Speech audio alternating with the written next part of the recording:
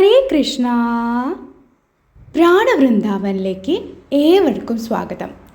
സർവം കൃഷ്ണാർപ്പണമസ്തു. രാധേശ്യാം.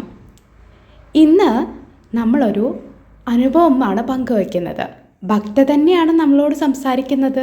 അതിനെക്കുറിച്ച് കോഴിക്കോട് നിന്നും കൃഷ്ണഭക്തയായിട്ടുള്ള ഗീതേജിയാണ് നമ്മളോട് സംസാരിക്കുന്നത്. ഭഗവാന്റെ ഒരു ലീല. നമ്മളെല്ലാവരും വിശ്വസിക്കുന്നത് കലിയുഗത്തിൽ ഭഗവാൻ നേരിട്ട് വരില്ല എന്നല്ലേ. എന്നാൽ ഭഗവാൻ നേരിട്ട് വരുമെന്നുള്ള സൂചന തന്നെ ചേച്ചിക്ക് കാട്ടിക്കൊടുക്കേണ്ടായി. എല്ലാ വ്യാഴാഴ്ചകളിലും വ്രതമെടുക്കുന്ന ഗീതേജി എല്ലായ്പ്പോഴും കൃഷ്ണൻ്റെ അമ്പലത്തിൽ പോയി തൊഴാറാണ്. അപ്പോൾ അവരെ മുന്നിൽ ഭഗവാൻ നേരിട്ട് പ്രത്യക്ഷപ്പെട്ടത് എങ്ങനെയാണെന്ന് അറിയണ്ടേ? കേട്ടു നോക്കൂ, ഈ കഥ മനോഹരമായിരിക്കും. ഞാനൊരു കൃഷ്ണഭക്തിയാണ്. ഞാൻ എല്ലാ വ്യാഴാഴ്ച ഒരിക്കലെടുക്കും. കഴിയുന്ന അമ്മക്ക് ഞാൻ അമ്പലത്തിൽ പോകും. പറ്റുന്ന വ്യാഴാഴ്ചകളിലൊക്കെ ഞാൻ അമ്പലത്തിൽ പോകും. അങ്ങനെ ഞാൻ ഇതുപോലെ ഒരു ദിവസം ഇതുപോലെ ഒരു വ്യാഴാഴ്ച ഞാൻ അമ്പലത്തിൽ പോയി, വിഷ്ണു ക്ഷേത്രത്തിൽ പോയി ഞാൻ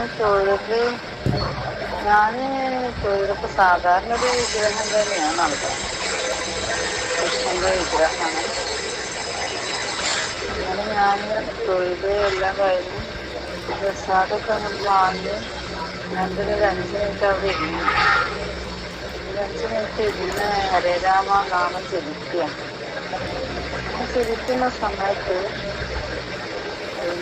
കൃഷ്ണൻ്റെ വിഗ്രഹം വലുതായി വരുന്ന പോലെ തോന്നി. വലുതായി വന്നിട്ട് ആ വാതിൽ നിറഞ്ഞു നിൽക്കുന്ന ഒരു കൃഷ്ണ ഭഗവാൻ. വാതിൽ നിറഞ്ഞിട്ട് ഭഗവാന്റെ പ്രതിമ നിൽക്കുക, ചിരിച്ചു നിൽക്കുക. ഒരു വെളുത്ത കളറിലെ പല്ല്, അതിങ്ങനെ കണ്ടിട്ട് നല്ല ചിരിച്ചു നിൽക്കുക. അപ്പൊ ഞാൻ വിചാരിക്കും, ഇതെന്താ ഭഗവാൻ ഇത് ഇങ്ങനെ? ഇതിന്റെ തോന്നലാണ്. വിഗ്രഹം എന്താ വലുതായി വന്ന് അവസാനം ആ വാതിൽ നിറയെ ഭഗവാൻ നിൽക്കുക, ഒരാളെക്കാളും ഉയരത്തിൽ നിൽക്കുക. എനിക്കൊരു ഭയം വന്നു മനസ്സിൽ. എന്താ ഇപ്പൊ ഇങ്ങനെ ആവണം? ഞാൻ 2-3 പ്രാവശ്യം കണ്ണു എന്തി തുറന്നു പിന്നെ നോക്കി. ഇതെന്താ ഇങ്ങനെ ചിരിച്ചു നിൽക്കുക? എനിക്ക് മനസ്സിലൊരു പേടി. ഇതെന്താ ഇങ്ങനെ ചിരിക്കുന്ന ഭഗവാനെ? എനിക്ക് അറിയില്ലായിരുന്നു അങ്ങനെ ഒരു സംഭവം ഉണ്ടാവുമെന്നൊന്നും. അങ്ങനെ എനിക്കിതിന് സമയമില്ല. എനിക്ക് കമ്പനിയിൽ കയറാനുള്ള സമയമായി. 8:30 കമ്പനിയിൽ എത്താൻ. എനിക്ക് അധിക സമയം അവിടെ ഇരിക്കാനും വയ്യ. ഞാൻ ഇങ്ങോട്ട് പോകണോ അവിടെ ഇരിക്കണോ എന്നുള്ളതിലായിപ്പോയി. അങ്ങനെ കുറച്ച് സമയം അവിടെ ഇരുന്ന് പിന്നെ ഞാൻ എന്തായാലും വെള്ളം പോട്ട് വെച്ച് പോയി. എനിക്ക് തോന്നിയതായിരിക്കും എന്ന് വിചാരിച്ചു. അങ്ങനെ പോയി. അത് അങ്ങനെ തന്നെയാണ് ആ വിഗ്രഹം. എനിക്ക് ഓർമ്മയില്ല ഞാൻ ആദ്യം തൊഴുമ്പോൾ അത്ര വലിപ്പം ഉണ്ടായിരുന്നോ എന്നുള്ളത്. പിന്നെ ഞാൻ ഭഗവാന്റെ ലീലകളായിരിക്കും എനിക്ക് മനസ്സിലായി. അങ്ങനെ പിന്നത്തെ വ്യാഴാഴ്ച ഇതുപോലെ ചെന്നപ്പോൾ ഞാനപ്പോൾ ആ രൂപത്തിനാണ് ഞാൻ തെരഞ്ഞത്. ആ വിഗ്രഹത്തിൽ ആ വലിയ രൂപത്തിന് എൻ്റെ മനസ്സിലുള്ളതാ. നോക്കിയപ്പോൾ ആൾ ചെറിയൊരു വിഗ്രഹമാണ്. അപ്പൊ എനിക്ക് മനസ്സിലായി ഭഗവാൻ എന്നെ കളിപ്പിച്ചതാണ്. ഹരേ കൃഷ്ണ. ഗീതേജിയുടെ കൃഷ്ണാനുഭവം കേട്ടില്ലേ? ചേച്ചി ഒരു കമ്പനിയിലാണ് ജോലി ചെയ്യുന്നത്. അവിടെ നിന്നാണ് നമ്മളോട് സംസാരിക്കുന്നത്.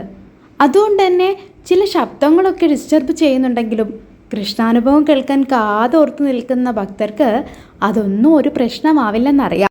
ചേച്ചി എല്ലാ വ്യാഴാഴ്ച ഒരിക്കൽ എടുക്കാറുണ്ട്. അതുപോലെ തന്നെ ഭഗവാന്റെ ക്ഷേത്രത്തിൽ പോയിട്ട് ദർശനം നടത്താറുമുണ്ട്. ഒരു ദിവസം പോയപ്പോഴാണ് അവിടെയുള്ള വിഗ്രഹം ഇങ്ങനെ വലുതായിട്ട് ചേച്ചിയെ നോക്കി പുഞ്ചിരിക്കുന്ന ഒരു കുസൃതി കുടുക്കേനെ കാണുന്നത്. ചേച്ചി വീണ്ടും നോക്കുകയാണ്. അപ്പോഴെന്താണ് പല്ല് കാട്ടി ചിരിക്കുന്ന കണ്ണൻ തന്നെയാണ്. ചേച്ചി വിചാരിക്കുകയാണ് ഇത് എനിക്ക് തോന്നലാകാം എന്ന്. വീണ്ടും നോക്കിയപ്പോഴൊക്കെ അത് തന്നെ വലിയ രൂപത്തിലാണ് കാണുന്നത്.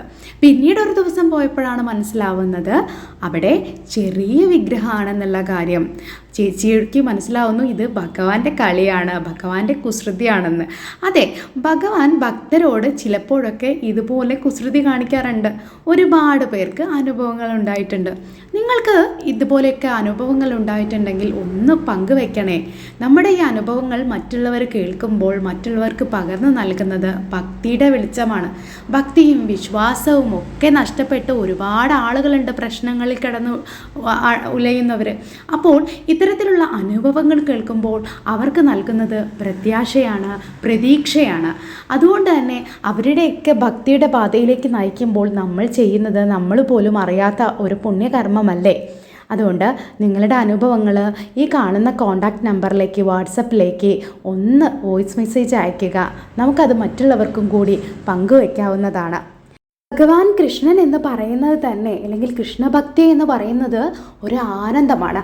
ആ ആനന്ദം നുകർന്നവർ ആരും തന്നെ ഭഗവാനെ വിട്ടു പോകാൻ ആഗ്രഹിക്കില്ല എന്നുള്ളതാണ് വാസ്തവം എന്ന് പറയുന്നത്.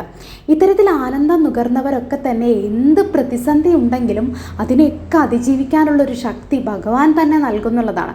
പ്രതിസന്ധികൾ ഉണ്ടാവും. നമ്മുടെ ജന്മജന്മാന്തരങ്ങളായിട്ടുള്ള പാപങ്ങളോ നമ്മുടെ കർമ്മദോഷങ്ങളോ ഒക്കെ നമ്മൾ അനുഭവിച്ചിട്ട് തന്നെ പോകണം. പക്ഷേ അതിൻ്റെ എല്ലാം കാഠിന്യം കുറച്ചുകൊണ്ട് അതിൽ പോലും എന്ത് പ്രതിസന്ധിയിൽ പോലും ആനന്ദം അനുഭവിക്കാൻ ഭഗവാന്റെ ഭക്തർക്ക് സാധിക്കും എന്നുള്ളതാണ്.